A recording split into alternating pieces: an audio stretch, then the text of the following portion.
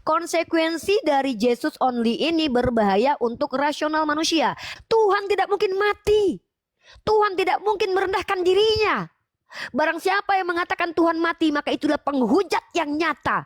Dan juga sebagian oknum dari umat muslim yang melakukan pemaksaan kepada saya, juga melalui DM saya maupun menghujat saya di komentar, karena saya mempertahankan iman saya dengan hormat. Saya juga memilih untuk kalian benci daripada mengikuti kehendak hati kalian dengan alasan kebenaran, namun dengan cara yang tidak santun. Dari Kejadian sampai Maleakhi, dari Matius sampai ke Wahyu, tak ada satupun dalil bahwa Yesus adalah Tuhan.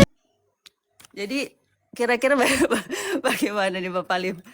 Ada, kalau dari sini kenapa kita, atau bukan kita ya, saya mengatasnamakan diri sendiri ya, representasi diri saya. Kenapa saya juga mencari, karena solid groundnya itu sangat kurang, Bapak Lim, terus terang ya, saya harus jujur mengakui. Jadi saya setuju tadi itu. Saya mencari, bukan mendengar dari macam-macam. Ya, saya sekolah itu cuma mengisi saja otak itu. Ya. Tapi soal ketuhanan ini hanya Alkitab yang saya pakai dan saya belajar dari situ saja. Tuhanlah yang membimbing saya. Jadi pengetahuan itu ya wajarlah, saya sebagai manusia sosial, ya saya cari itu ilmu pengetahuan. Tapi soal iman saya temukan sendiri, nikmati sendiri dengan Tuhan itu. Gitu, lanjut. Oke. Jadi kalau demikian bisa Jasmine simpulkan, berarti dengan pertanyaan ini kita kita paralel ya Bapak Lim ya. Cuma pada akhirnya conclusionnya masalah keimanan itu antara kita dengan Yang Maha Kuasa. Ya. Kita manusia tidak berhak menghakimi. Betul. Walaupun kita sudah tahu kebenarannya, mau percaya mau tidak, itu hak prerogatif kita. Tidak boleh kita memaksakan Anda harus sama dengan saya harus sama dengan Anda, walaupun itu memang kebenaran. Kira-kira demikian ya Bapak Lim yang saya tangkap ya. Betul. Thank you Bapak Lim, tetap super ya Bapak Lim. Bagian Kak Santi sekarang. Dan nanti bagian saya dan Bang Loding untuk menanggapi 1, 2, 3, 4, 5, 6, 7 teman-teman yang ada di sini. Oh ya bukan, kita nggak nanggapin Ius, kita nggak nanggapin Jasmine, kita nggak nanggapin siapa tadi, Kiko. Mungkin yang kita tanggapi Pak Julius, dan saya nanti akan spesifik ke Pak Superlin. Nah sekarang Kak Santi. Iya, selamat datang Bang Solata. Nanti Bang Solata bisa nyusul di setelah ini ya. Oke. Pak Lim mungkin bersedia juga mendengarkan deklarasi saya malam ini Pak Lim ya. Makasih Pak Lim, Pak Ulis. Saya meminta waktu lebih karena Uniriva memberikan saya challenge lebih. Diperbolehkan ya Uniriva sama Bang Loding? Ya, diperbolehkan ya. Terima kasih. Baik. Untuk tema malam ini, mengapa saya masih tetap menjadi umat Kristen pengikut Yesus? Ya, selamat malam sahabat dan saudaraku semua yang hadir malam ini di Komal Bang Loding yang saya hormati dan saya banggakan.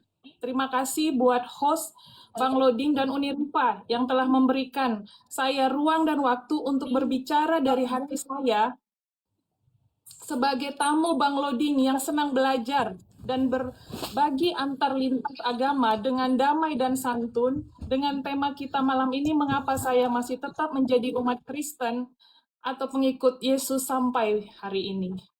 Hari ini saya tidak berbicara untuk membuktikan bahwa saya lebih benar daripada orang lain. Saya juga tidak berbicara untuk merendahkan keyakinan siapapun. Setiap orang berhak mencari, mempelajari, dan meyakini apa yang menurut hati nuraninya adalah kebenaran. Orang yang selalu merasa dirinya benar adalah orang yang tidak benar, walau membawa ayat kitab suci sebagai pembenaran. Dan orang yang benar tidak akan pernah merasa dirinya yang paling benar. Karena sifat yang merasa paling benar adalah sejatinya sifat orang-orang yang memiliki sikap hati seperti sebagian besar kaum Farisi, yaitu mencari pujian manusia, seperti tertulis di Matius 23 ayat 5-7, menghakimi orang lain, seperti tertulis di Lukas 18 ayat 9-14, mencintai kedudukan dan kehormatan, yang tertulis di Lukas 11 ayat 43, keras hati terhadap kebenaran, di Yohanes 12:37 ayat 43. Setelah melalui perjalanan hidup, membaca berbagai literatur, mempelajari ajaran agama, berdialog dengan banyak orang, termasuk teman-teman baru saya di Komal ini, serta merenungkan firman Tuhan, saya sampai pada suatu keputusan yang tetap saya pegang hingga hari ini. Saya memilih tetap menjadi seorang Kristen dan pengikut Yesus Kristus. Keputusan ini bukan lahir karena tradisi keluarga semata, bukan karena kebiasaan sejak kecil, dan bukan pula karena saya tidak pernah mengenal pandangan lain. Justru semakin saya belajar, semakin saya terdorong untuk memahami alasan di balik iman saya, walau terkadang saya dapat bingung cara menjelaskan konsep bertuhan dengan cara kekristenan. Saya percaya bahwa iman yang dewasa bukanlah iman yang takut bertanya, melainkan iman yang bersedia mencari, menguji, dan mempertanggungjawabkan apa yang saya yakini dengan rasa hormat, seperti tertulis di 1 Petrus 3 ayat 15. Tetapi kuduskanlah Kristus di dalam hatimu sebagai Tuhan, dan siap sedialah pada segala waktu untuk memberi pertanggungjawaban kepada tiap-tiap orang yang meminta pertanggungan jawab dari kamu tentang pengharapan yang ada padamu, tetapi haruslah dengan lemah lembut dan hormat. Jika di dalam Alkitab saya terdapat pernyataan-pernyataan yang berbeda dari sumber sebelumnya, yang saya melihatnya sangat minor, bagi saya bukan menjadi masalah utama yang menggoyahkan iman saya.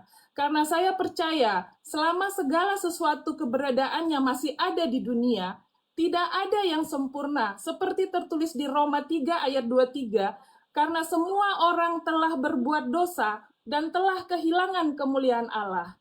Alkitab diilhamkan oleh Allah, seperti tertulis di 2 Timotius 3 ayat 16, tetapi proses penyalinan dan penerjemahannya dilakukan oleh manusia yang tidak sempurna. Karena itu terdapat berbagai variasi kecil antar manuskrip dan terjemahan, namun inti berita dan ajaran keselamatan tetap terpelihara. Selama hidup saya, yang dapat saya pahami dengan iman saya, mengapa saya tetap sebagai umat Kristen dan pengikut Yesus adalah, pertama, Dia tidak pernah meninggalkan saya, walaupun dalam keadaan iman saya lemah, walaupun dalam keadaan iman saya kuat, seperti tertulis di Ibrani 13 ayat 5, sebab Allah telah berfirman, aku sekali-sekali tidak akan membiarkan engkau, dan aku sekali-kali tidak akan meninggalkan engkau. Dia mengajarkan saya akan selalu ada pengharapan yang selalu diberikan jika saya mau memperbaiki diri, walau jatuh saya coba lagi, walau jatuh saya akan mencoba lagi. Dan penghukuman di dunia itu sudah diberikan ketika kita berbuat salah tanpa saya sadari, supaya itu menjadi media kesadaran saya untuk bertobat. Ini adalah janji langsung dari Tuhan bahwa Ia tidak meninggalkan orang yang percaya kepadanya. Yang kedua, berkat karunia, rejeki, kemudahan dalam hidup saya, memiliki 2 anak laki-laki yang saya banggakan, kebahagiaan di diri saya yang saya dapat sampai hari ini, diberi hikmat, cara menghargai sesama, memiliki sahabat dan komunitas yang sehat, diberikan kemudahan dalam finansial, diberikan kesempatan untuk berbagi dengan sesama, diberikan kesehatan yang terbaik, dan masih banyak lagi membuat saya merasa malu dan hina jika saya tidak tahu bersyukur dan memuliakan namanya. Seperti tertulis di Yakobus 1 ayat 17, setiap pemberian yang baik dan setiap anugerah yang sempurna datangnya Dia dari atas, diturunkan dari Bapa segala terang. Makna ini meyakinkan saya jika semua berkat yang saya terima itu semata-mata adalah anugerah darinya. Yang ketiga, walau saya sering jatuh dalam masalah dan pencobaan yang saya buat sendiri tanpa menyalahkan keadaan dan orang lain, Dia selalu memberikan saya pengajaran yang berharga dari tindakan-tindakan bodoh yang pernah saya lakukan, memahami makna dari setiap kejadian, peka terhadap keadaan, empati dan simpati kepada sesama, menghargai perbedaan, tidak merasa si paling benar, merasa masih bodoh, supaya tetap punya ambisi dalam belajar, berani mengaku salah, berani jujur dan keterbukaan, seperti tertulis di Roma 8 ayat 28, kita tahu sekarang bahwa Allah turut bekerja dalam segala sesuatu untuk mendatangkan kebaikan bagi mereka yang mengasihi Dia. Makna ini bahkan kesalahan yang pernah saya lakukan dapat dipakai Allah untuk membentuk karakter saya ketika saya bertobat. Yang keempat, pembentukan karakter yang saya dapat sampai hari ini, walau tidak sempurna, itu semata-mata diilhami dari pengajaran Yesus Kristus selama hidup saya. Ajarannya yang saya sampai hari ini pelajari adalah mengasihi Allah atas segalanya, mengasihi sesama manusia, kerendahan hati, mengampuni, dan mengajarkan tidak pendendam, murah hati, dan mengandalkan emosi, mengasihi musuh, tidak menghakimi, kejujuran, murah hati, murni hati, tidak khawatir, mencari kerajaan Allah, menjadi pembawa damai, sabar, menghadapi penderitaan, menjadi terang dan garam dunia, tidak mencintai harta, berdoa dengan tulus, menghasilkan buah yang baik, dan masih banyak lagi. Itu semua kita bisa dapatkan dari ajaran Yesus Kristus di dalam Alkitab. Dan yang terakhir, yang paling utama, yang membuat saya tetap teguh di dalamnya adalah karya salibnya. Saya telah tetap memilih mengikut Yesus dan tetap menjadi seorang Kristen, bukan karena merasa diri lebih benar daripada orang lain, melainkan karena saya telah menemukan makna terbesar dalam pengorbanan. Habis baterai, aduh ampun, cas saya di dalam lagi. Yohanes 3 ayat 16, karena begitu besar kasih Allah akan dunia ini sehingga Ia telah mengaruniakan anaknya yang tunggal, supaya setiap orang yang percaya kepadanya tidak binasa, melainkan beroleh hidup yang kekal. Bagi saya, salib bukanlah lambang kekalahan, melainkan lambang kasih Allah yang rela memberikan dirinya demi menebus dosa manusia. Kebangkitannya memberi saya pengharapan, pengampunan, dan hidup yang baru. Banyak orang memandang salib sebagai tanda kekalahan. Sebelumnya saya pun bertanya-tanya, mengapa Yesus memilih jalan yang penuh penderitaan? Kini saya mulai memahami bahwa jalan salib justru menyatakan kasih yang paling sempurna. Saya percaya Yesus memiliki kuasa untuk menunjukkan kemuliaannya secara luar biasa ketika hidup sebagai manusia. Namun apabila Dia memilih memenangkan manusia dengan kuasa yang dahsyat, mungkin banyak orang akan percaya hanya karena takut atau sekedar takjub terhadap mukjizat yang mereka lihat. Kekaguman seperti itu belum tentu melahirkan kasih yang bertahan. Ketika mukjizat itu berlalu, hati manusia bisa kembali kepada kehidupan yang lama. Karena itu, Yesus memilih jalan yang lebih sulit, jalan kasih, pengorbanan, dan penderitaan di kayu salib. Salib tidak memaksa manusia untuk percaya, salib mengundang manusia untuk mengasihi. Kasih yang rela berkorban memiliki kuasa menyentuh hati yang paling keras sekalipun. Dan dari sinilah lahir iman yang tidak dibangun atas rasa takut, melainkan atas rasa syukur. Iman yang tidak bergantung pada apa yang mata lihat, tetapi pada kasih yang telah lebih dahulu mengasihi. Itulah karya terbesar yang saya kagumi dalam hidup saya, pengorbanannya yang menyelamatkan saya. Pernyataan-pernyataan saya di atas adalah bukti nyata bagaimana saya sangat mengasihi Yesus Kristus sebagai sosok segalanya di hidup saya. Jika sebelumnya saya mengalami kebingungan dalam menjelaskan gelar yang pantas buat Yesus Kristus, karena banyaknya perbedaan-perbedaan atas kedudukannya. Dan setelah saya merenungkan dengan hikmat, beserta bantuan teman-teman saya di Komal ini, yang memberikan pandangannya masing-masing, yang sangat saya hargai itu semua. Dan saya akan mengimani serta memakai semua gelar yang diberikan kepada Yesus Kristus sesuai yang tertulis di Alkitab. Karena Yesus sendiri tidak menolak ketika dipanggil dengan berbagai gelar tersebut. Dalam pelayanannya ia menerima dan menggenapi berbagai peran. Dia sebagai hamba, ia melayani dan taat kepada Bapa. Filipi 2 ayat 7-8. Ia juga sebagai utusan. Ia datang untuk melakukan kehendak Bapa. Yohanes 6 ayat 38. Ia sebagai guru. Ia mengajar jalan Allah. Yohanes 13 ayat 13. Dia juga sebagai nabi. Ia menyampaikan firman Allah. Di Lukas 24 ayat 19. Sebagai gembala, ia memelihara umatnya di Yohanes 10 ayat 11.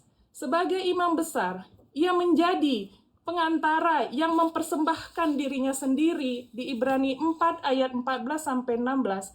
Ia sebagai rasul, ia diutus oleh Bapa, Ibrani 3 ayat 1. Ia sebagai Mesias, ia menggenapi nubuat perjanjian lama di Yohanes 4 ayat 25-26. Sebagai juru selamat, ia datang untuk mencari dan menyelamatkan yang hilang di Lukas 19 ayat 10. Dan dia juga sebagai Tuhan, ia menerima penyembahan dan memiliki segala kuasa di Yohanes 20 ayat 28 sampai 29. Semua gelar ini tidak saling bertentangan, melainkan saling melengkapi dalam menggambarkan pribadi dan karya Yesus Kristus menurut kesaksian Alkitab. Melalui pernyataan ini, saya telah membagikan alasan mengapa saya tetap mengikut Yesus. Saya menyampaikannya dengan kerendahan hati, berdasarkan Alkitab dan pengalaman iman saya, tanpa bermaksud memaksa siapapun untuk memiliki keyakinan yang sama. Saya percaya bahwa iman adalah pilihan hati yang harus lahir dari kesadaran, bukan dari paksaan. Mari kita belajar bersama untuk merubah cara pandang kita dalam menghormati perbedaan iman dengan tidak memaksakan kehendak kita. Jika saya mengambil beberapa sampel dari pesan-pesan yang masuk ke DM saya, sebagian oknum umat Kristen menginginkan saya melakukan serangan balik kepada oknum umat Islam di Komal ini dengan cara kekerasan dan hujatan. Maka saya memilih untuk kalian benci saja karena saya tidak akan pernah melakukan itu sesuai ajaran Yesus Kristus. Di 1 Petrus 2 ayat 23, ketika ia dicaci maki, ia tidak membalas dengan mencaci maki. Ketika ia menderita, ia tidak mengancam, tetapi ia menyerahkannya kepada Dia yang menghakimi dengan adil. Jika ada oknum yang sengaja berniat melakukan penghinaan terhadap keyakinan lain, penghakiman terhadap penghinaan sudah ada tertulis di Alkitab Yohanes 12 ayat 47-48, dan jikalau seseorang mendengar perkataanku tetap tidak melakukannya, aku tidak menjadi hakimnya, sebab aku datang bukan untuk menghakimi dunia, melainkan untuk menyelamatkannya. Barang siapa menolak aku dan tidak menerima perkataanku, ia sudah ada hakimnya, yaitu firman yang telah kukatakan. Itulah yang akan menjadi hakimnya pada akhir zaman. Yang artinya biarlah firman itu sendiri yang akan memberi penghakiman, bukan manusia. Dan juga sebagian oknum dari umat muslim yang melakukan pemaksaan kepada saya, juga melalui DM saya maupun menghujat saya di komentar, karena saya mempertahankan iman saya dengan hormat. Saya juga memilih untuk kalian benci daripada mengikuti kehendak hati kalian dengan alasan kebenaran, namun dengan cara yang tidak santun. Biarlah firman-Nya yang bekerja untuk hujatan tersebut. Mengutip ayat Al-Quran yang diberikan Uni Rifa kepada saya, surah Al-Baqarah ayat 256, tidak ada paksaan dalam menganut agama. Sungguh telah jelas jalan yang benar daripada jalan yang sesat. Barang siapa ingkar kepada tagut dan beriman kepada Allah, sungguh dia telah berpegang pada tali yang sangat kuat yang tidak akan putus. Allah Maha mendengar lagi Maha mengetahui. Namun saya percaya masih banyak umat yang memiliki kebesaran hati dalam menerima perbedaan baik dari oknum Muslim maupun Kristen dengan rasa hormat, dan kalian adalah contoh sebagai umat yang telah memahami ajaran agama dan mengajar dan pengajarannya. Karena hanya sedikit umat yang akan benar-benar mengerti makna pengajaran Tuhan, yaitu mereka yang memiliki kebijaksanaan seperti tertulis di kitab Daniel 12 ayat 10, banyak orang akan disucikan dan dimurnikan dan diuji. Tetapi orang-orang fasik akan berlaku fasik. Tidak seorang pun dari orang fasik itu akan memahaminya, tetapi orang-orang bijaksana akan memahaminya. Kiranya apa yang saya bagikan dapat menjadi ruang untuk saling memahami, saling menghormati, dan berdialog dengan bijaksana, sebab perbedaan keyakinan tidak seharusnya menjadi alasan untuk saling membenci, melainkan kesempatan untuk saling mengenal dengan kasih, hormat, dan kerendahan hati. Semoga kita terus menjaga persaudaraan sebagai sesama anak bangsa, sehingga Indonesia tetap menjadi rumah yang damai bagi semua pemeluk agama. Tuhan memberkati kita semua, merdeka, dan salam persaudaraan untuk Indonesia. Terima Tepuk tangan kasih Bang banyak. Loding. Kasih tepuk tangan Terima Bang kasih Loding. banyak sudah mau Kasih tepuk tangan Bang mendengarkan Loding. isi hati saya, Uni, Bang Loding, semua teman-teman saya. Terima kasih. Dan sekali lagi, itu dari hati saya tanpa saya merasa yang paling benar, Uni. Jadi, terutama buat Bang Siap. Loding dan Uni, mungkin kecewa. No. Tidak. Selama ini saya mohon maaf. Tidak. Kita tidak ada kekecewaan karena kita konteksnya diskusi, bukan mengislamkan tapi mengedukasi. Dan tanggung jawab kami sebagai umat Islam itu pertama mengajak saudara-saudara berpikir, merenung, dan jujur. Dan tanggung jawab kami juga menanggapi apapun yang ada statement muncul di Komal Muslim, itu tanggung jawab dan kewajiban kami untuk menanggapinya. Dan saya harap setelah nanti kami dikasih waktu oleh Kak Santi dan teman-teman, ketika kami sedang menanggapi, mohon tidak ada yang tersinggung, karena ini kami tidak akan tanggapi secara tendensius tapi berdasarkan kaidah ilmiah, yaitu hasil pengetahuan. Seperti itu. Apakah Kak Santi sudah selesai? Biar saya dan Bang Loding punya tanggung jawab untuk menanggapi. Bang Loding siapa duluan? Saya atau Bang Loding? Saya tambahkan sedikit, Uni, biar Oke. nggak salah Oke, paham. Banyak yang mengatakan saya ini sebenarnya oknum dari gereja atau pendeta atau pelayanan dan sebagainya. Saya mengatakan kepada semua teman-teman yang mendengar 14.000 malam ini, saya hanya jemaat biasa, dan lebih tepatnya jemaat yang tidak dianggap. Begitu. Jadi saya selalu terbuka dalam memberikan narasi saya dan pendapat saya. Jadi teman-teman mohon tidak suka untuk berasumsi. Ya, kita harus belajar juga malam ini arti keterbukaan. Jika saya di sini disenangi oleh kalian dengan sikap keterbukaan, maka itu juga harus kita pakai di diri kita masing-masing. Begitu ya teman-teman ya. Jadi ini sebagai pelajaran bersama-sama. Dan terakhir, Uni, saya harus sampaikan, mungkin ini hari terakhir saya. Waduh. Itu keputusan Kak Santi, tapi jangan turun ya. Ketika saya menanggapi, mohon jangan turun, karena saya berharap sebetulnya ini jangan sampai terakhir, tapi tidak apa-apa karena kita boleh memilih apapun yang kita lakukan. Yang penting Kak Santi tetap tahu bahwa kami, saya, Bang Loding, dan teman-teman apologet itu, walaupun saya tidak mewakili semua mereka ya, tupoksi kehadiran kami itu 3, Kak. Kalau saya pribadi ya, mengajak teman-teman berpikir, mengajak teman-teman merenung, dan mengajak teman-teman jujur, bukan mengislamkan. Yang mengislamkan itu kami tidak akan mungkin bisa. Seperti itu. Kalau Kak Santi clear, langsung saja dikasih tahu biar saya dan Bang Loding langsung menanggapi. Iya, silakan Uni dan Bang Loding, silakan. Siap. Bang Loding, silakan siapa? Bang Loding, Oke. Oke, teman-teman terima kasih banyak sudah bersabar di bawah menunggu kita diskusi. Dan teman-teman perlu diketahui bahwa saya tetap menjadi diri saya seperti yang teman-teman tahu bahwa saya ini adalah bukan hanya defense tapi juga striker dan bagian orang yang mengkaji segala sesuatu itu berusaha seilmiah mungkin. Saya akan menyebutkan menyebutkan statement-statement dari saudara kita Kristen.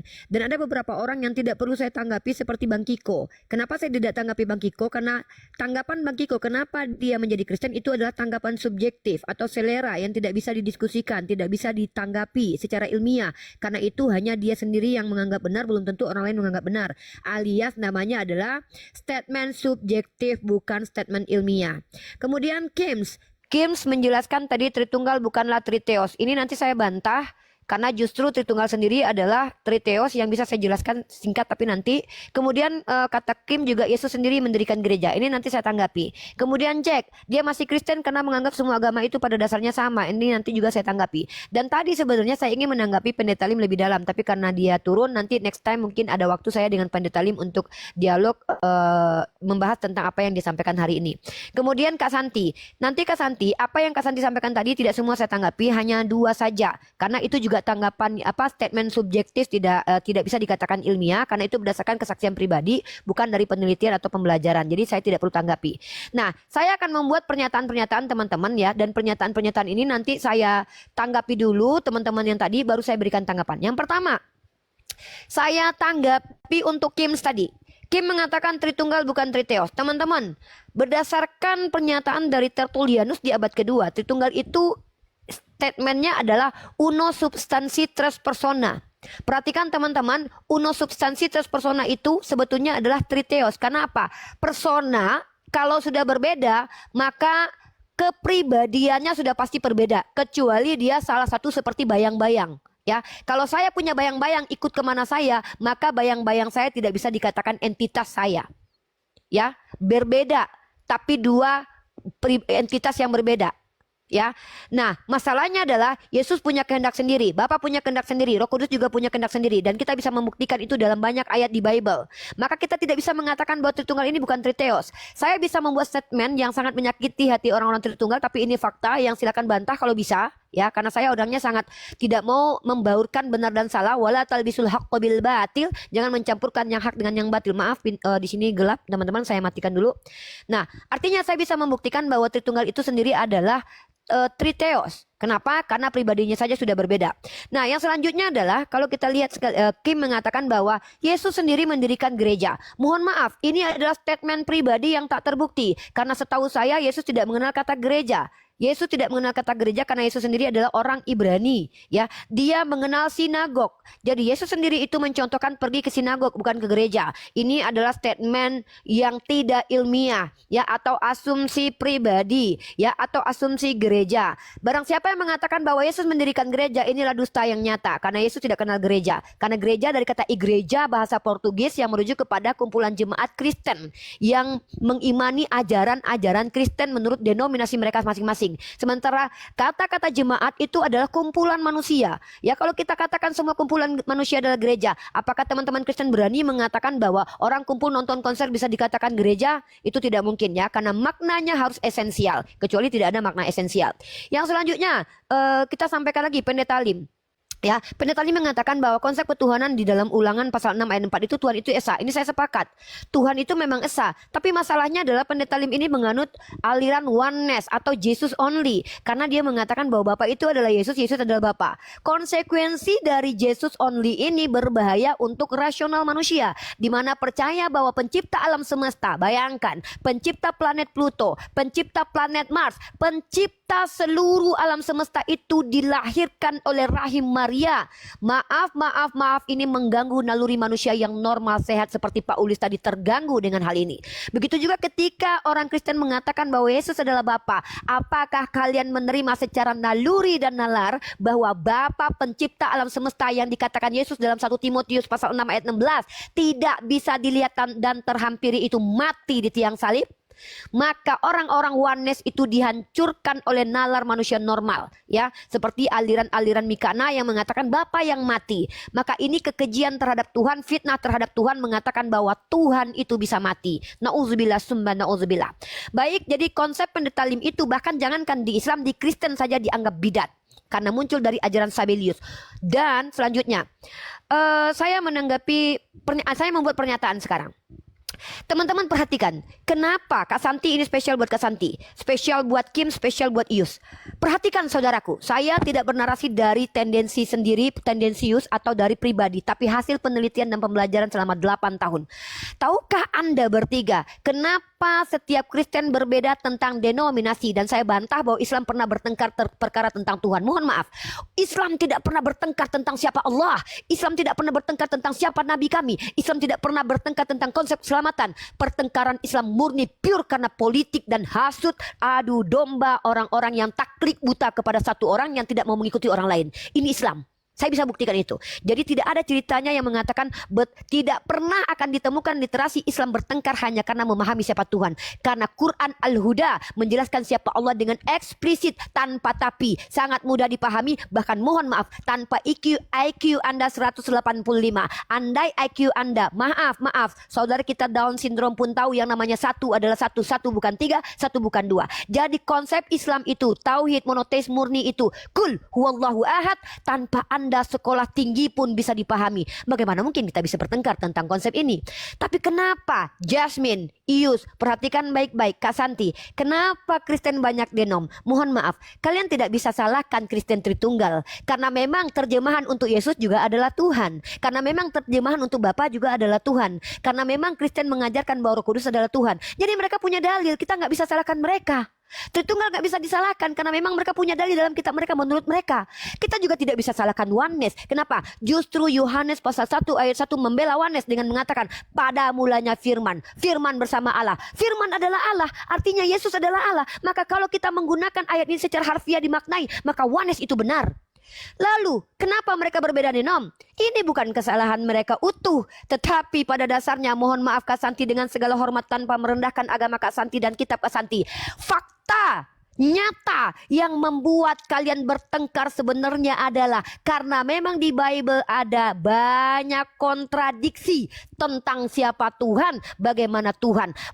Perjanjian lama mengatakan Tuhan itu bisa mampu menghabisi anak kecil, bahkan mampu menghabisi suku Amalek, turun-temurun diperangi. Itu dalilnya sangat eksplisit. Namun di perjanjian baru Tuhan jangankan menghabisi nyawa orang, bahkan dia rela mati untuk manusia. Ini karakter yang kontradiktif. Wajar muncul Marsion yang mengatakan bahwa Tuhan dalam perjanjian lama adalah iblis, karena naluri mereka berpikir bahwa Tuhan tidak mungkin membunuh. Karena dalam Yohanes pasal 8 nomor 37, pembunuh sejak semula adalah iblis. Makanya Kak Rosi beraliran Marsion mengatakan bahwa Yahweh itu adalah iblis.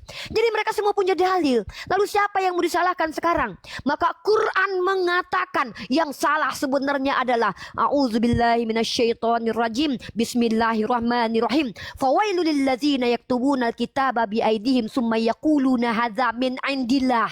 Siapa yang Allah laknat? Allah melaknat pembuat kitab yang mengaku bahwa ini kitab yang saya tulis berasal dari Tuhan. Pertanyaannya, saya tanya Kak Santi, 1000 pendeta, 100.000 pendeta di seluruh dunia, mampukah kalian membuktikan bahwa Bible itu berasal dari Tuhan? 18% perkataan Yesus, bahkan tentang Yesus Tuhan atau bukan pun masih jadi perdebatan di antara kalian. Bagaimana mungkin kita bisa mengklaim bahwa Bible itu adalah firman ilahi? Kenapa terjadi pertentangan di antara oneness dan juga Tritunggal Marsion dengan subordinat? Ya karena memang ayatnya kontradiktif. Mau tidak mau, terima tidak terima, memang kontradiktif. Maka bahkan Kak Santi tadi membuat statement terakhir mengatakan bahwa gelar tuh kepada Yesus itu tidak ada yang kontradiktif. Mohon maaf, sebagai pecinta bangsa Indonesia, bersumpah sebagai pemuda Indonesia, kami pemuda-pemudi Indonesia berbahasa satu bahasa Indonesia, dalam KBBI, utusan dan yang mengutus itu tidaklah sama. Tidak bisa dikatakan satu orang itu bergelar utusan dan yang mengutus. Itu kontradiktif. Malam tidak mungkin 100% siang, tidak mungkin 100% malam. Hitam tidak mungkin 100% putih, 100% hitam. Tidak mungkin. Tidak mungkin 100% besar adalah 100% kecil. Tidak mungkin saya 100% wanita juga 100% pria. Ini yang disebut dengan irasional. Not logic. Maka bagaimana mungkin Tuhan yang memberikan kita akal untuk bisa membedakan benar dan salah, memberikan pengajaran yang unlogik. Dan saya mohon maaf Kak Santi yang kucintai karena Allah. Kenapa saya ajukan pertanyaan kenapa kalian masih Kristen? Karena saya menjamin apabila saya bertanya kepada orang Kristen, saya mampu menjawab tanpa perlu membutuhkan waktu 5 menit. Kalau saya ditanya, wahai Rifa, kenapa kamu masih menjadi Islam? Saya tidak akan menjawab, saya nyaman di Islam enak. Tidak, itu jawaban subjektif. Saya akan menjawab secara ilmiah. Kenapa Rifa Yadi Putri masih menjadi Islam sampai detik ini? Karena saya demi Allah, wallahi, mampu membuktikan agama Islam itu benar menurut skala rasional manusia, universal. Bukan berdasarkan pandangan subjektif. Apa maksudnya? Kebenaran Islam yang akan saya buktikan adalah diikat dengan kaidah ilmiah, tidak melanggar aturan linguistik, tidak melanggar aturan rasional, tidak melanggar aturan rasional dan naluri kita dan empati kita. Satu, saya buktikan. Transmisi Quran itu sangat ilmiah, tak terbantahkan. Allah sebagai Tuhan secara esensi tak terbantahkan, karena Tuhan itu apabila kita percaya dia maha kuasa, maka dia tidak boleh tidak berkuasa. Allah tidak pernah menunjukkan tidak berkuasa. Bahkan Allah mengatakan dalam Quran secara klaim, nanti saya akan buktikan, jangankan mati, mengantuk pun tidak. Maka bagaimana saya membuktikan bahwa Allah adalah Tuhan yang tidak pernah mengantuk? Saya bisa membuktikan dengan Allah mengutus Nabi Muhammad SAW dari kalangan orang yang ummi, tidak pernah membaca, tidak pernah kuliah, tidak pernah mendapatkan literasi dari orang-orang hebat, tapi beliau mampu menunjukkan betapa sistematiknya ajaran Islam mampu mengajarkan apapun dalam ruang lingkup tataran sosial, bukan hanya spiritual tapi juga secara jasmani. Artinya ketika orang yang ummi ini saja mampu membawa ideologi gagasan yang berpengaruh bagi peradaban, bagaimana mungkin ini datang dari dirinya sendiri? Tentulah ini datang dari Tuhan pencipta alam semesta yang tahu mana yang benar, mana yang salah, apa yang akan terjadi, apa yang belum terjadi. Maka saya men-challenge seluruh umat Kristen membantah argumen saya, bahwa tunjukkan kepada saya bahwa satu saja ajaran Islam yang bertentangan. Saya challenge. Satu, bertentangan dengan rasional. Tunjukkan satu saja sebagai bantahan terhadap argumen saya. Kedua, bertentangan dengan empati. Ketiga, bertentangan dengan saintifik. Keempat, memiliki anakronisme. Kelima, bertentangan dengan logika sederhana orang awam. Wallahi, ribuan tahun sudah ada challenge di Quran, tak mampu satupun sarjana akademisi membantah, menunjukkan bahwa Islam itu bisa memiliki distorsi. Jadi, kalau saya ditanya, kenapa Uni masih Islam? Bukan karena saya terlahir Islam. Bukan karena saya nyaman bersama-sama orang Islam. Bukan karena saya menikmati ketupat. Bukan. Tapi karena Rifa Yadi Putri binti Yadiman mampu membuktikan bahwa Islam itu adalah agama yang sangat ilmiah. Nanti saya buktikan. Oke, saya tanggapi lagi. Saya membuat pernyataan. Ini pernyataan, kalau andainya mampu ada saudara Kristen di bawah semua yang ada di Komal ini, dan yang di bawah yang mau naik mampu membantah argumen saya rela menjadi pembantu dan budak kalian selama 2 tahun atau seumur hidup saya. Tapi bantah argumen saya. Ini challenge berani saya. Saking saya mampu membuktikan agama saya adalah agama benar, bukan merasa benar. Merasa benar dengan membuktikan benar itu adalah sebuah hal yang berbeda. Argumen saya sebagai penutup. Pertama, ya, saya akan di fakta. Pertama, pernyataan saya adalah Tritunggal tidak pernah diajarkan oleh Abraham, Moses, Yesus. Melainkan Tritunggal secara historis adalah interpretasi beberapa tokoh-tokoh gereja, di antaranya Ignatius dan juga Tertullianus serta Athanasius. Menariknya mereka bertiga tidak ada kaitannya dengan Yesus karena sudah terpisah jauh dan tidak memiliki sanad dan kesinambungan dengan Yesus, bahkan dengan murid Yesus dan bahkan dengan Yesus sendiri. Itu fakta. Silakan bantah kalau teman-teman punya datanya. Ya, itu yang pertama. Yang kedua, para nabi-nabi Israel tidak pernah mengajarkan konsep Tritunggal, melainkan mereka mengajarkan konsep esa. Apa maksud esa? Satu-satunya, the one and only, tidak pakai tapi. Kalau memang ada pakai tapi, tunjukkan ke saya. Yang ketiga, Bible adalah kitab yang memuat campuran pendapat manusia, surat-surat orang yang mengaku rasul, pendapat-pendapat manusia yang dianggap benar, dan perkataan Yesus serta tambahannya dari perkataan Tuhannya orang Yahudi. yang disebut dengan Yod Hevave. Maka kitab ini sesuai esensi penyebutan Quran bahwa kitab ini telah bercampur. Seperti yang diakui oleh Kak Santi, kalau manusia bisa salah, tentulah firman ilahi bisa salah. Maaf, esensi kitab suci secara esensial tidak boleh salah seharusnya. Namun inilah yang menjadi polemik kemudian yang sudah diakui Kak Santi.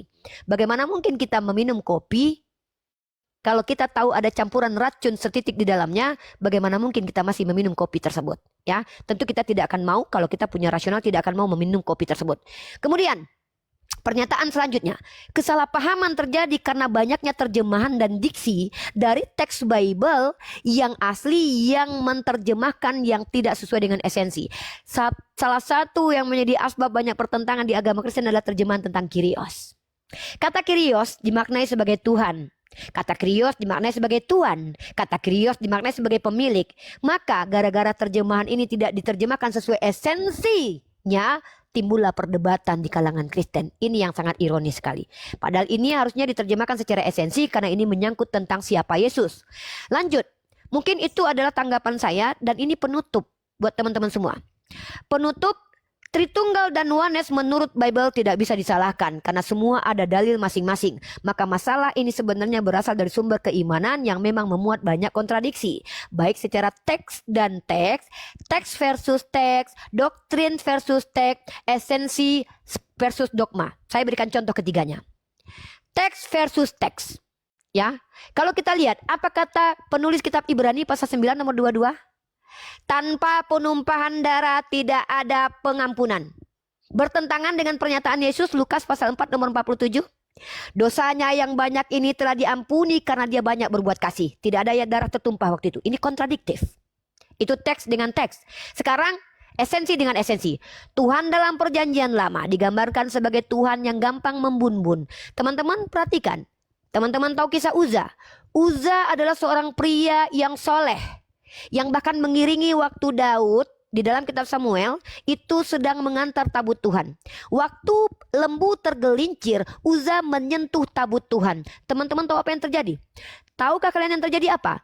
Tuhan menghabisi nyawa Uza di tempat hanya karena dia teledor, tidak sengaja menyentuh tabut Tuhan. Apakah kalian mau mengakui bahwa ini sama sifatnya dengan Yesus? Yang bahkan ketika ditombak diam saja dan bahkan berdoa, "Ya Bapa, ampunilah mereka, mereka tidak tahu yang mereka lakukan." Ini kontradiksi secara karakter dan esensi. Tidak mungkin bisa dikatakan benar dua-duanya, satu dua-duanya. Dan selanjutnya, esensi dan dogma. Esensi dan dogma kita akan tunjukkan. Secara esensi, kekal itu artinya adalah tidak pernah mati. Tapi dalam dogma Kristen, Yesus adalah entitas Alfa Omega, kekal padahal pernah mati. Ini artinya berkontradiksi antara makna esensi arti kekal dengan dogma orang Kristen. Maka wajar terjadi pertentangan di antara agama Kristen karena banyak sekali kontradiksi yang bisa saya buktikan. Ini bukan menyerang agama Kristen, ini membukakan fakta supaya teman-teman tahu bahwa tugas kami itu adalah mengajak berpikir, mengajak merenung dan juga mengajak jujur. Spesial buat Bu Santi. Saya tidak mengajak Bu Santi kepada Islam karena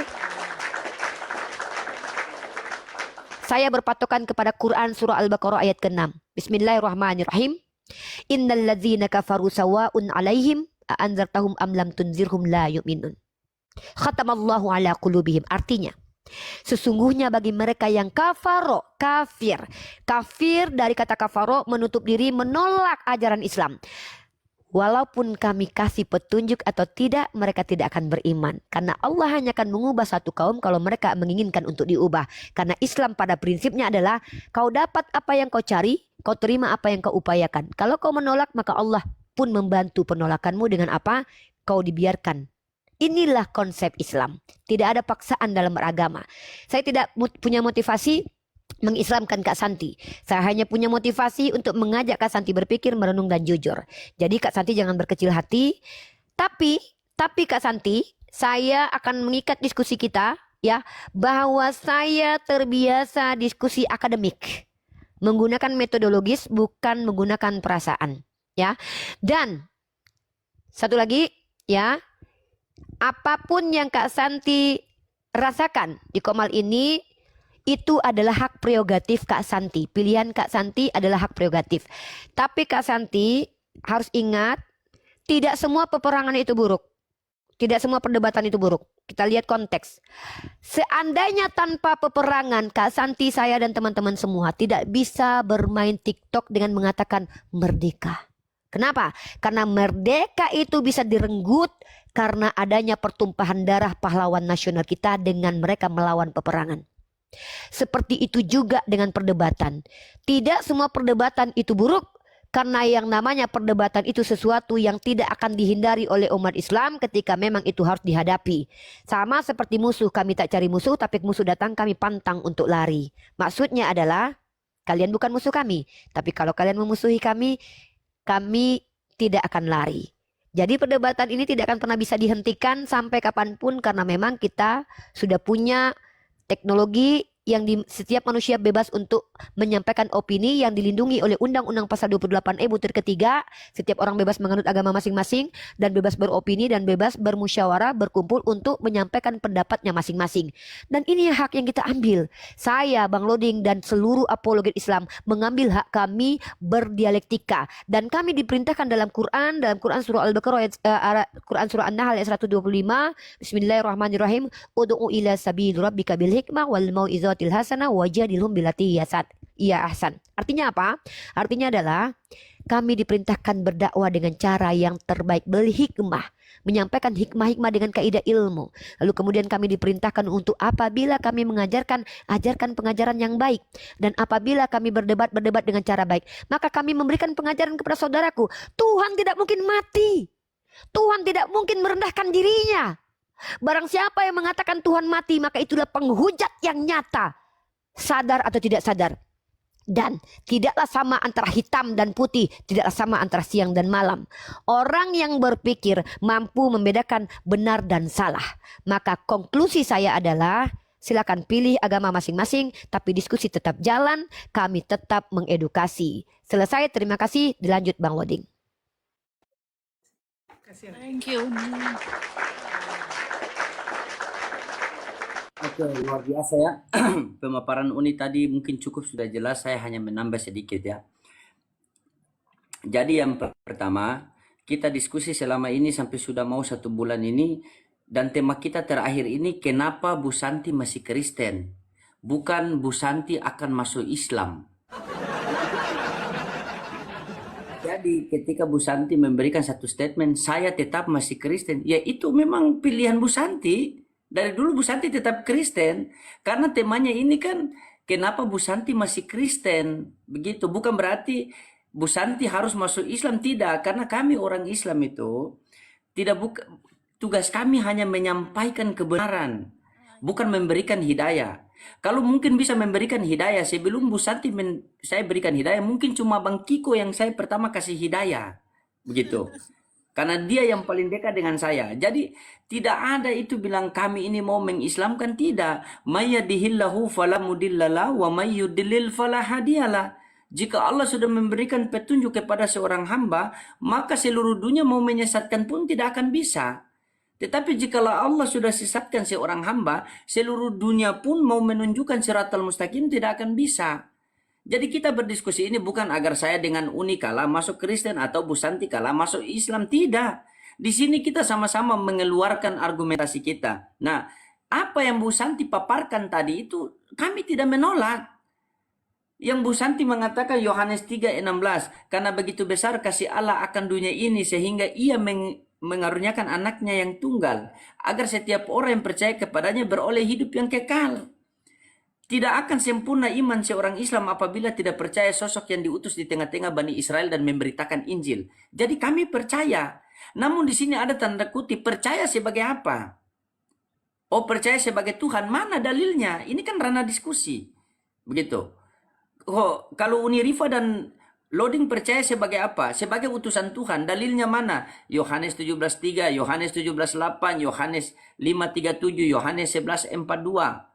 4 dalil kami kasihkan. Nah, ketika apa yang Bu Santi katakan bahwa Yesus adalah jalan dan kebenaran, tidak ada yang bisa di luar Yesus tidak akan selamat, begini, itu kami percaya, Bu. Namun harus Ibu baca baik-baik di dalam Kisah Para Rasul 3:13.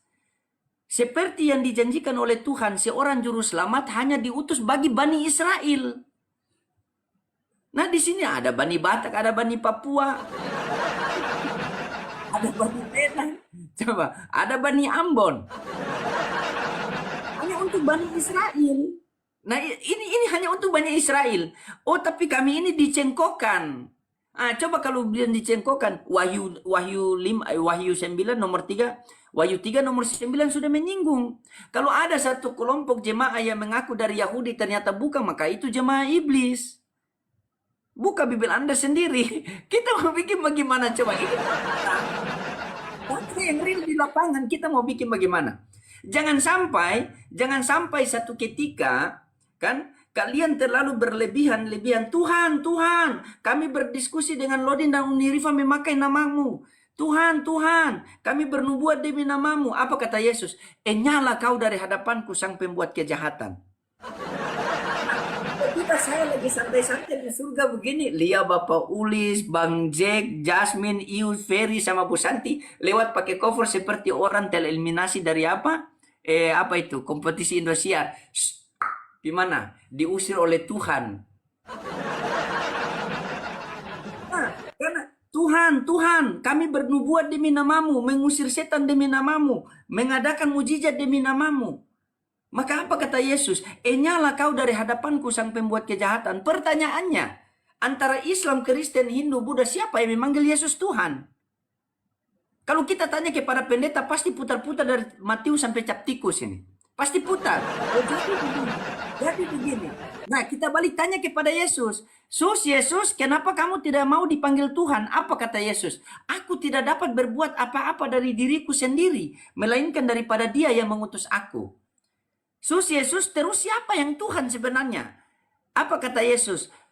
Ada tertulis di Lukas 4 nomor 8. Sebab ada tertulis, sembahlah Tuhan Allahmu dan hanya kepada Dialah saja engkau berbakti. Dia itu merujuk kepada siapa? Coba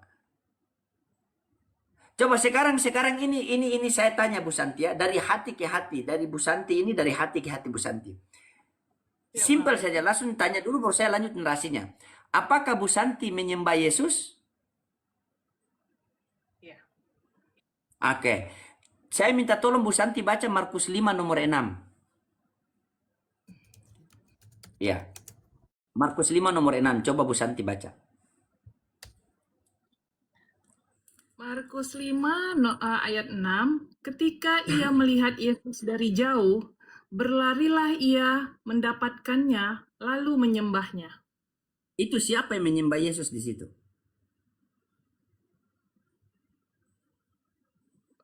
Ketika saya harus lihat sebelumnya, Bang Luding. Ya, lihat sebelumnya. Coba dari 1 sampai 6 coba dibaca. Dari Markus 5 nomor 1 sampai 6. Sebentar, ini saya dibantu sama ini Ya. aja Google.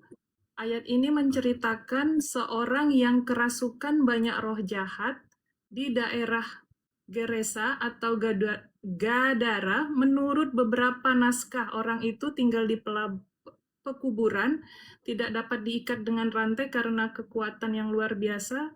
Siang dan malam berteriak-teriak serta melukai dirinya dengan batu. Itukah yang dimaksud Jadi Bang Loding? Siapa yang menyembah Yesus itu? Orang yang kerasukan itu. Apakah Bu Santi menyembah Yesus?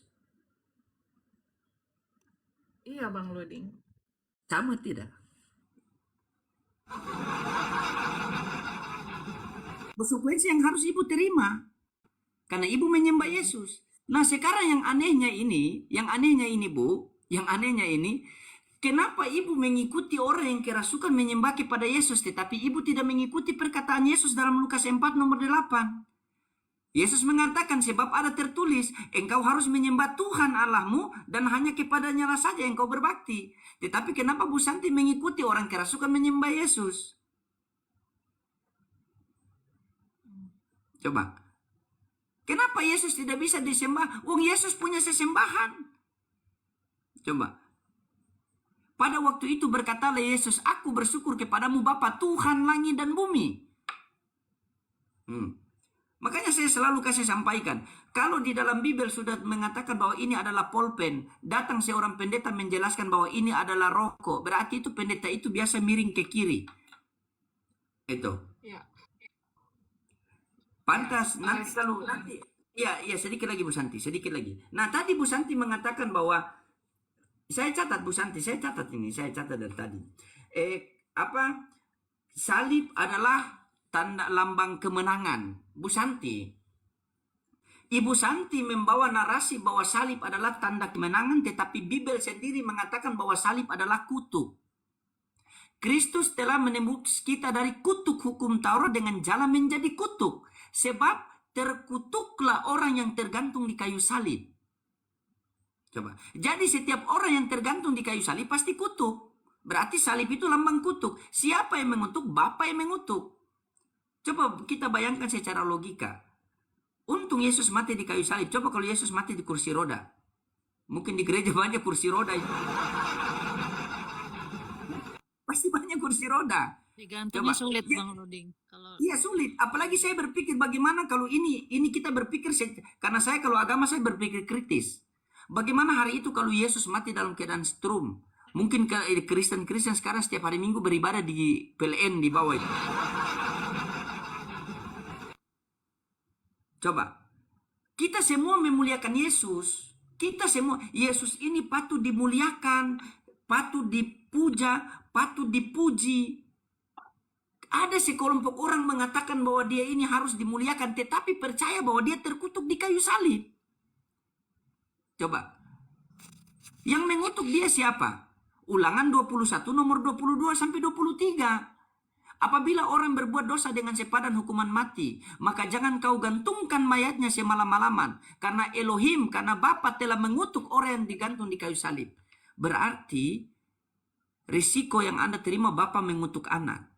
Sebagaimana Bapak Mr. Lim tadi dia cerita sama anaknya itu anaknya kalau besar itu jadi penipu saja itu. Cerita sembarang saja. Tuhan telah menyelamatkan, Tuhan menciptakan manusia, setelah itu manusia terjerumus dari dosa, maka Tuhan datang ke dunia untuk menebus dosa dengan cara mati di kayu salib. Ini saya cerita sama anak saya 3 hari tidak bisa tidur loh. Yesus ketika masih di dunia belum terjadi penyaliban, apa yang Yesus katakan? Karena besar imanmu, dosamu telah diampuni. Kalau dia berkata-kata saja dosa anak itu telah diampuni, buat apa dia capek-capek di kayu salib? Bahkan ketika dia tergantung di kayu salib, apa yang dia teriaki? Eli Eli lama sabaktani. Artinya apa? Kalau Bu Santi tahu. Eli Eli lama sabaktani artinya apa? Ya Bapa, jangan engkau tinggalkan aku. Ya Bapa, jangan engkau tinggalkan aku. Coba Ibu Santi baca, ini terakhir Bu Santi baca Yohanes 8:29. Ya Bapa, mengapa engkau tinggalkan aku? Baca Yohanes 8:29. Yohanes 8 ayat 29, dan Dia yang telah mengutus aku, menyertai aku, Ia tidak membiarkan aku sendiri, sebab aku senantiasa berbuat apa yang berkenan kepadanya. Nah, siapa yang teriak itu? Eli Eli lama sabaktani, ya Bapakku, kenapa engkau meninggalkan aku? Sementara dalam Yohanes 8 nomor 29, Bapa dia yang mengutus aku, dia tidak akan membiarkan aku sendirian. Coba. Ini sudah dijalil. Jadi, tadi narasi Bu Santi seakan-akan bahwa saya tetap masih di Bu Santi punya narasi tadi, mulai hari ini saya tetap memilih Kristen. Itu memang Bu Santi kan dari awal Kristen. Emang kita kasih pilihan sama Bu Santi kan tidak. Yang kita diskusi di sini, kenapa Bu Santi masih Kristen? Begitu. Setelah itu saya minta, Ibu Santi boleh tanya kembali, kenapa Unirifa dan Bang Loding masih Islam? Itu temanya. Bukan berarti Bu Santi hari ini mau syahadat. Saya katakan heboh di bawah. Oh, Rifa dan Loding gagal.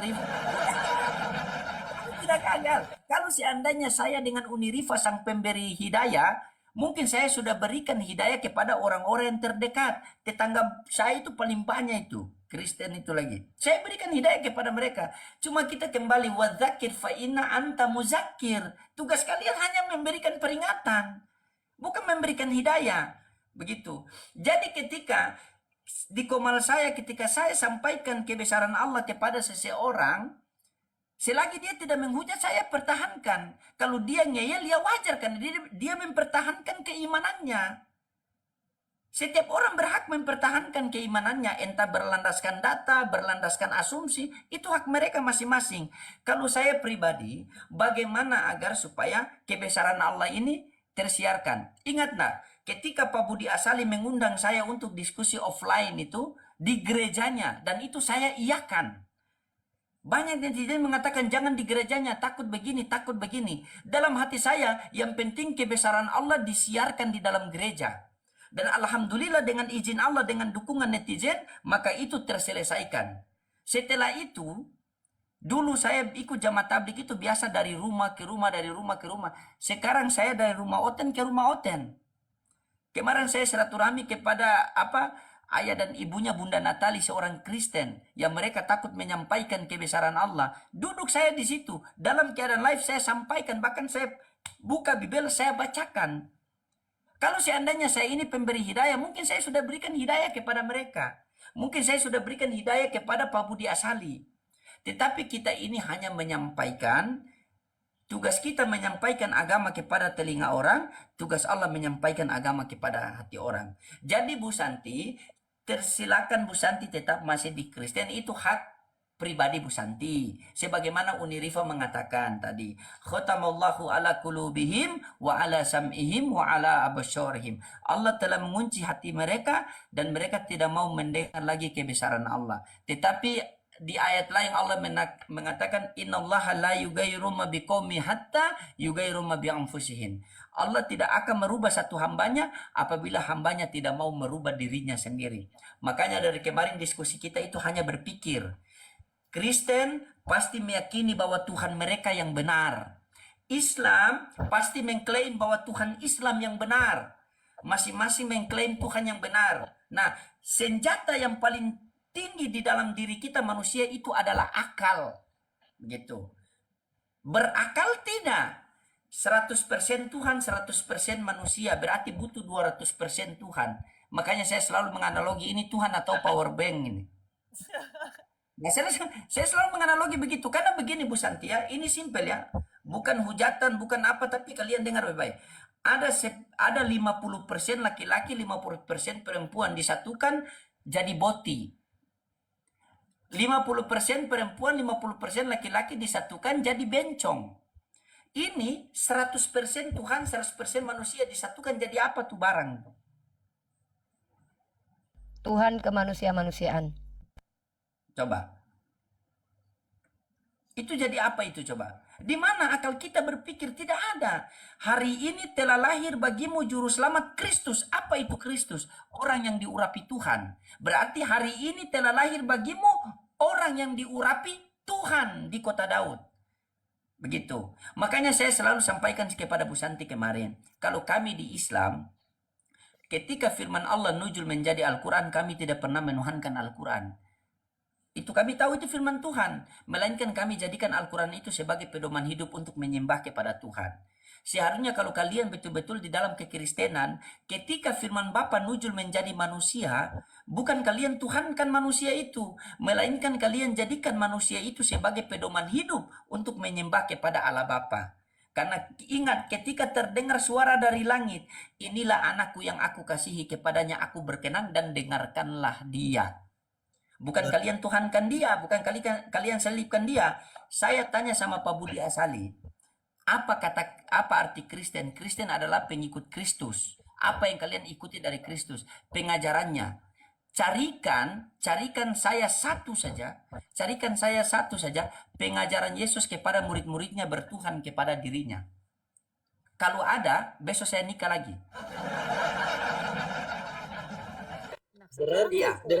Berarti izin Ya, kakak Loding, izin ya. Dari semua kakak Uni izin ya. Iya, Kakak Tati juga izin. Berarti dari semua pembicaraan perkataan tentang pengajaran yang diberikan oleh Allah kepada manusia dan kepada jemaat.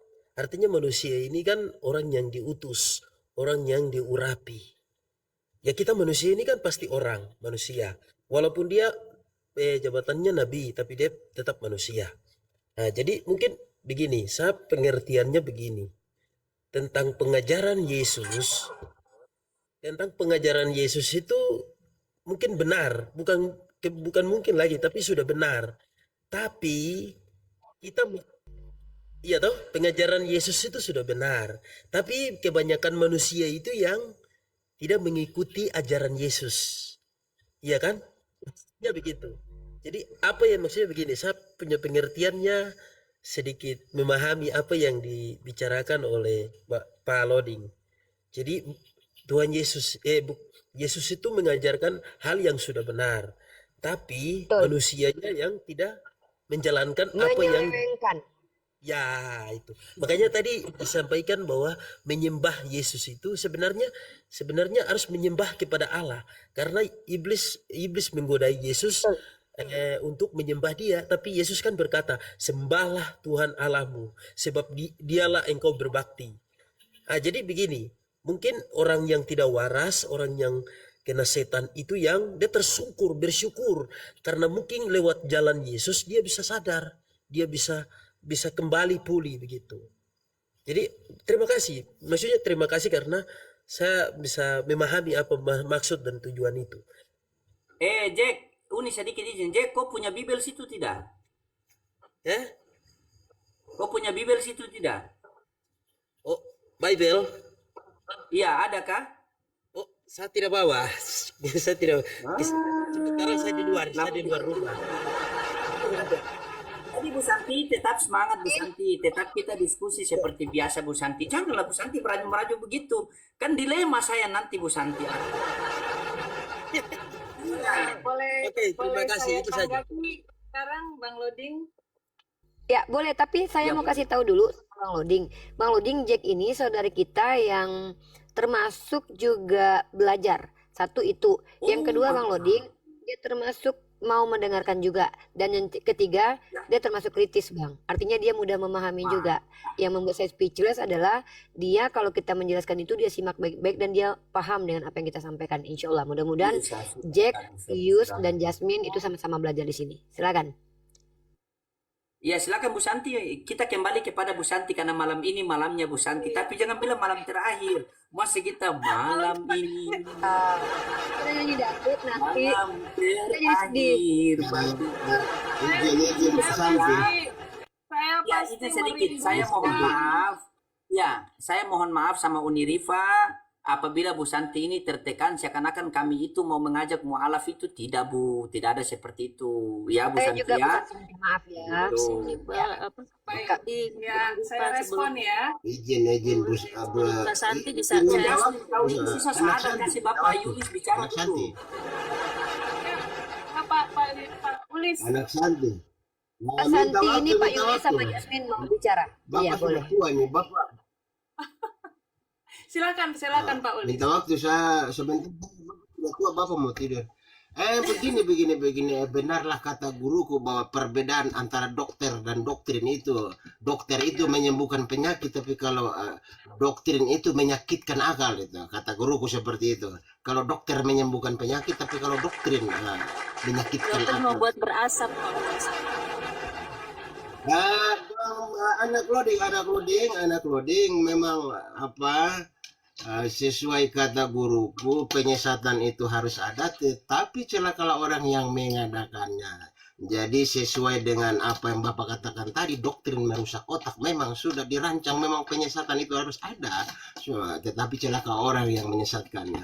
Satu lagi, saya ingin bernarasi dan bertanya kepada anak loading dan Uni Rifa, apakah pemahaman saya tentang narasi saya ini benar atau tidak?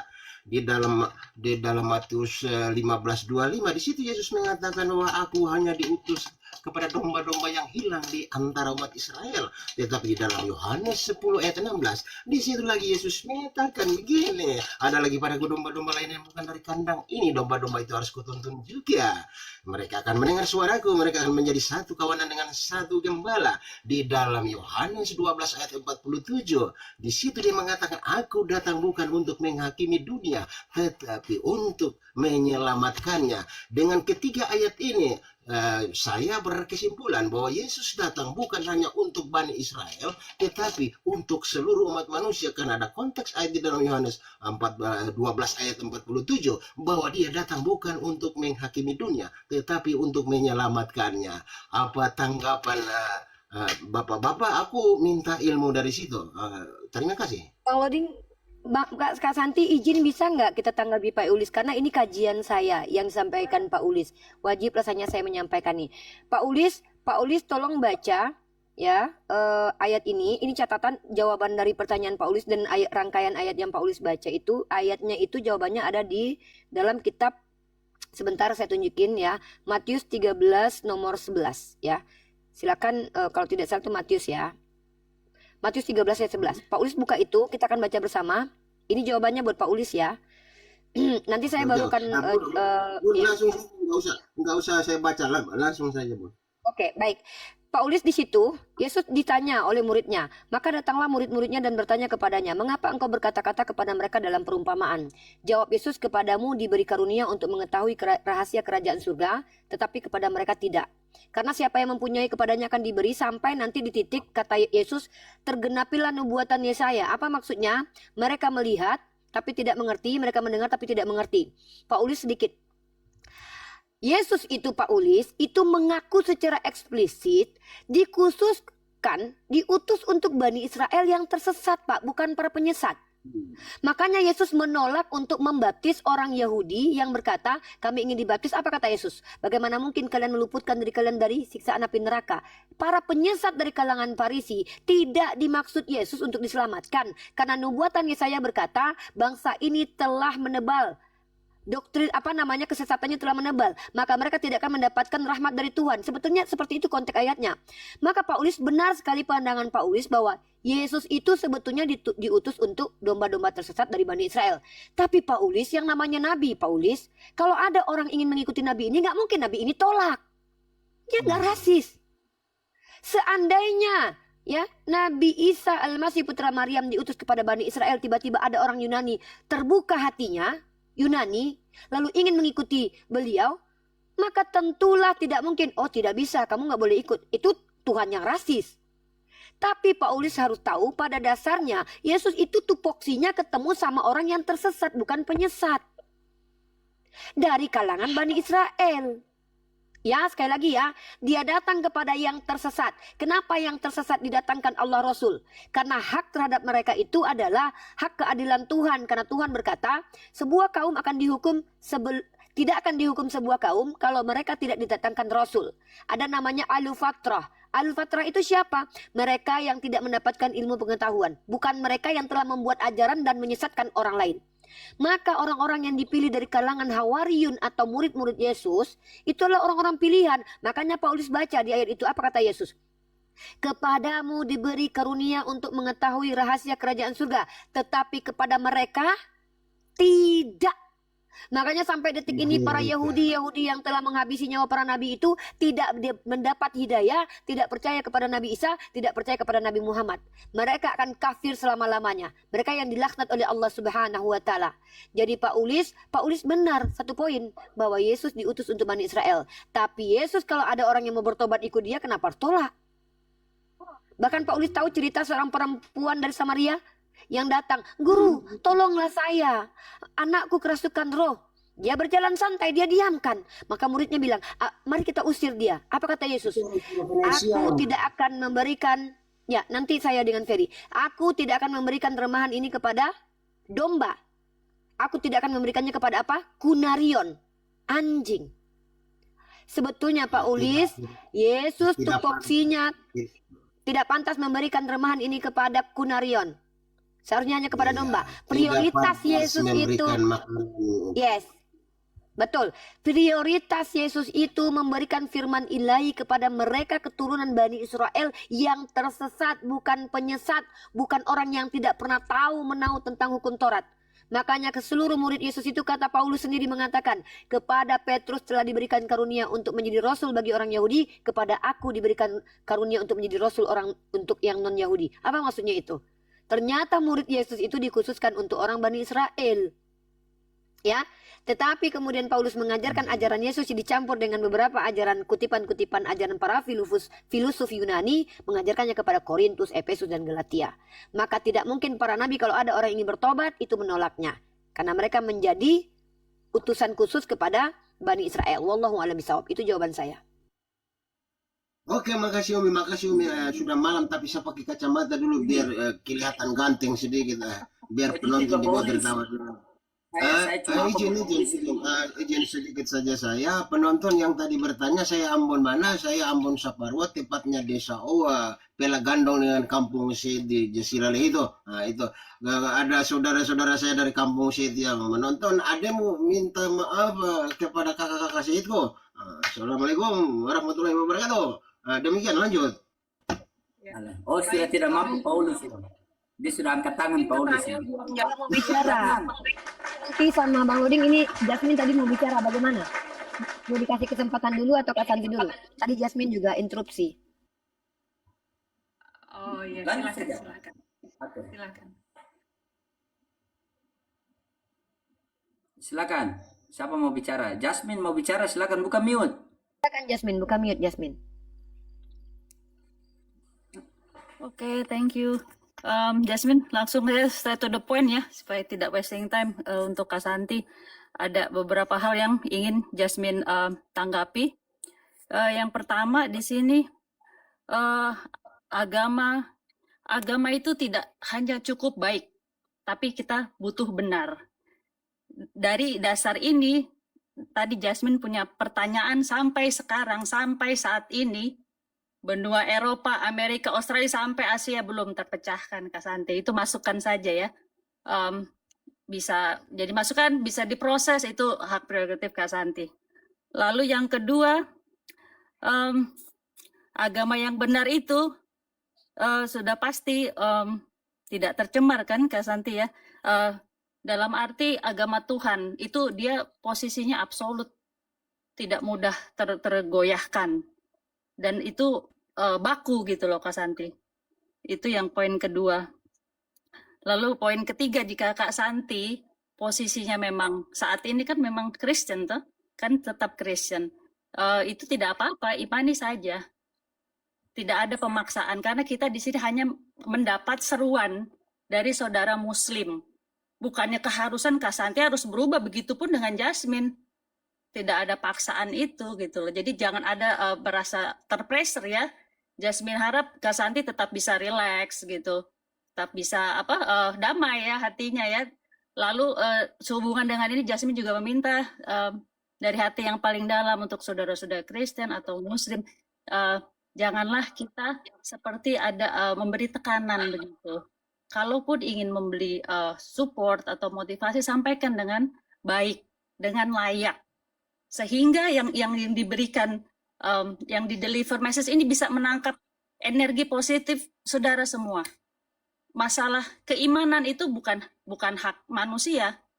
Karena Jasmine juga baru dapat hari ini, ternyata di Muslim itu ada dua hubungan Kak Santi.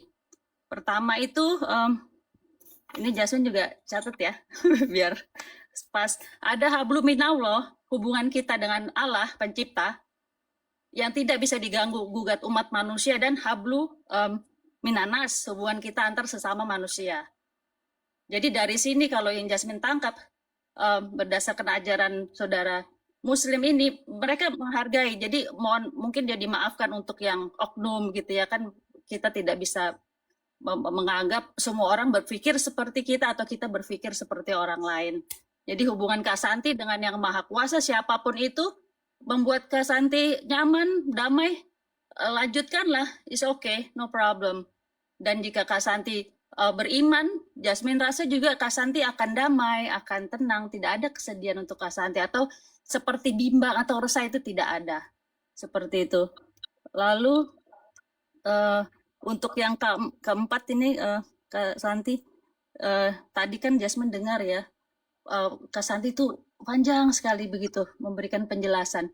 You don't owe any kind of explanation about your private life, Kak Santi. What you feel, what you have in your life, keep it, is okay.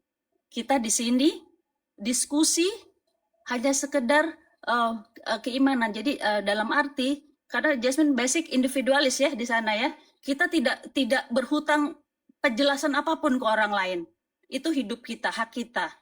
Jadi seandainya Jasmine bisa memberikan sedikit contoh, Kak Santi mau tetap saya bisa menerima hanya tetap di Kristen. Sudah is okay.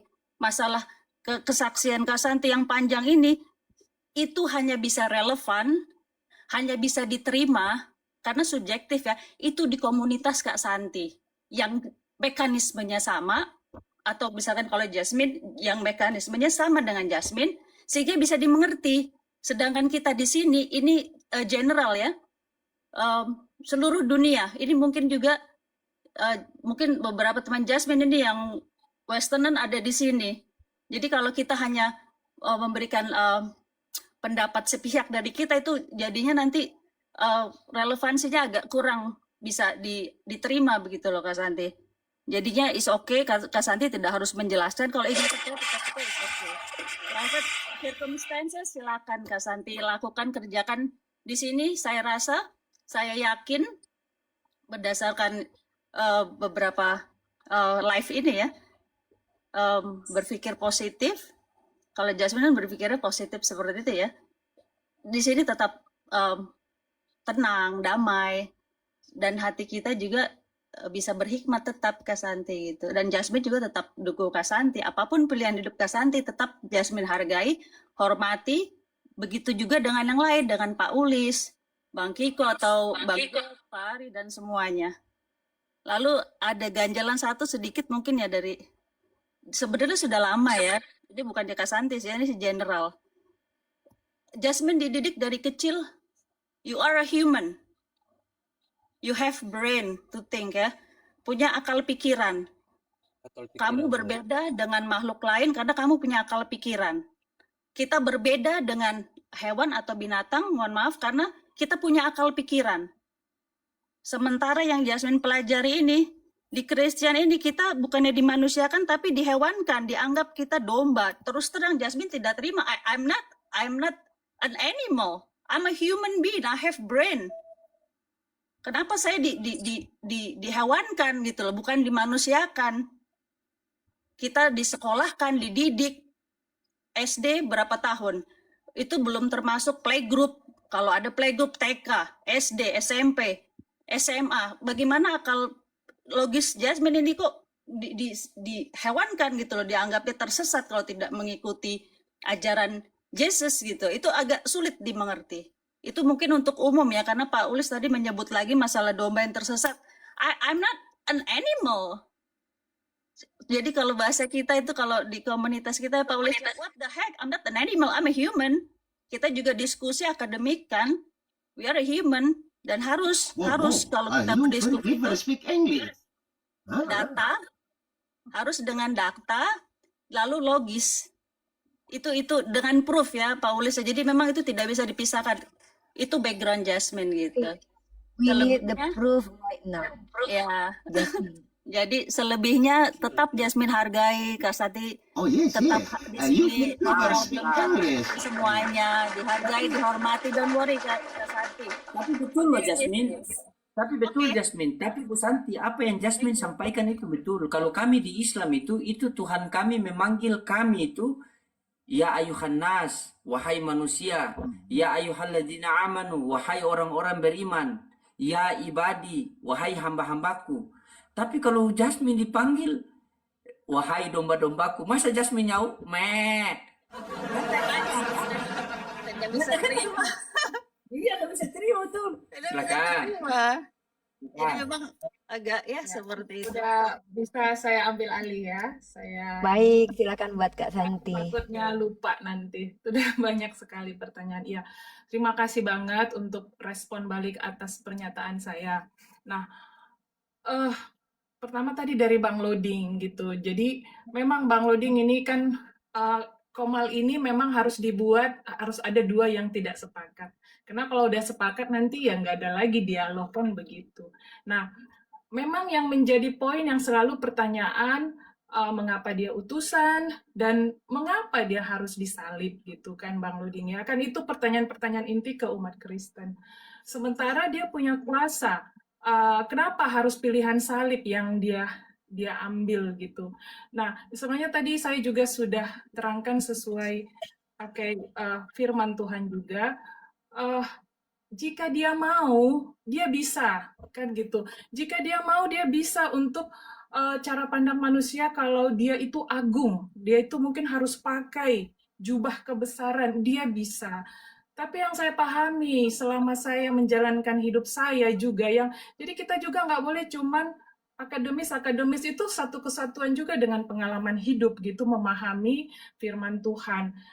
Kalau hanya mengatakan harus pakai dalil, ya semua kita bisa ambil dalil, tapi kan belum tentu kita bisa benar-benar memahami apa yang dimaksud gitu. Kalau dengan keagungannya, kita manusia belum tentu kita bisa tulus menyembahnya. Kalau dia kasih bukti langsung selama dia di dunia. Makanya yang saya pahami, memang supaya itu bisa masuk ke hati setiap manusia, itu memang harus melalui penderitaan, harus melalui pengorbanan. Itulah yang dilakukan Yesus, karena itu akan melekat di hati manusia selamanya bagi yang percaya. Nah, itu sudah saya bunyikan tadi ya, Bang Loding ya. Jadi kalau nanti masih diulang, saya nyerah gitu. Karena sudah saya pakai bahasa yang paling sederhana, jadi harus juga memang dipakai pengalaman hidup, cara pandang gitu. Kalau hanya ngambil kutip-kutip, semua kita bisa ngambil kutip dari AI gitu ya. Nah, berikutnya tadi mengapa saya harus merasa down, mengapa saya harus merasa kecil hati di sini. Sebelum saya melakukan deklarasi saya sudah tahu konsekuensinya, saya sudah tahu.